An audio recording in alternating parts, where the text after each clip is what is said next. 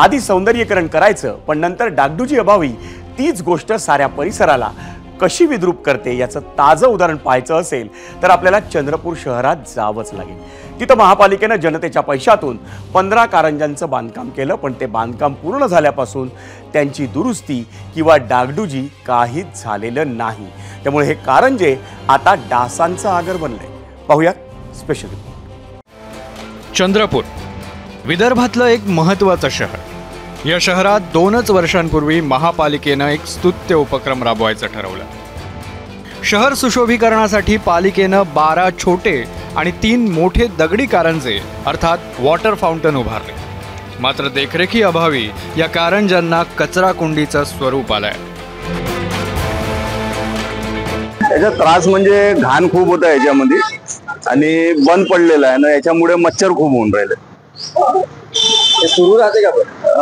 काही दिवस सुरू होतं, नंतर बंद पडलेलं आहे। पाणीच नाही याच्यामध्ये, तर बंदच आहे। या कारंज्यामध्ये कुठलंही पाणी नाही, काहीच नाही, केवळ निधी खर्च करायचा आणि कंत्राटदारांचं स्वतःचं सोयीत साधायचं, या हाच एकंदर प्रकारे। त्यानंतर त्या देखभाल दुरुस्तीकडे अजिबात पालिका प्रशासनाचं लक्ष नाही। तर या फाउंटेन मध्ये पुढे फेकलेल्या चपला आहे, पाण्याच्या बॉटल्स आहे, चहाचे कप आहे, काही दारूच्या बॉटल्स देखील दिसत आहेत।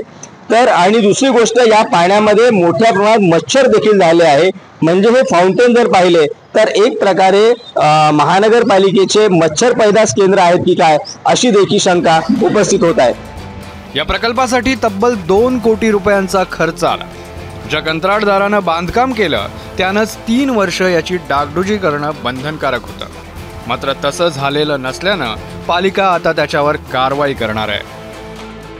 जी नोटीस दिलेली आहे त्याच्यामध्ये फाईनचा उल्लेख असतोच त्याच्यामध्ये, आणि करारनाम्यामध्ये पण त्याचा उल्लेख आहे। संबंधित कंत्राटदारांनी जर पुढच्या 3 ते 4 दिवसामध्ये सुधारणा केली नाही तर करारनाम्यातल्या अटी आणि शर्तीप्रमाणे त्यांना निश्चितपणाने दंड दिला।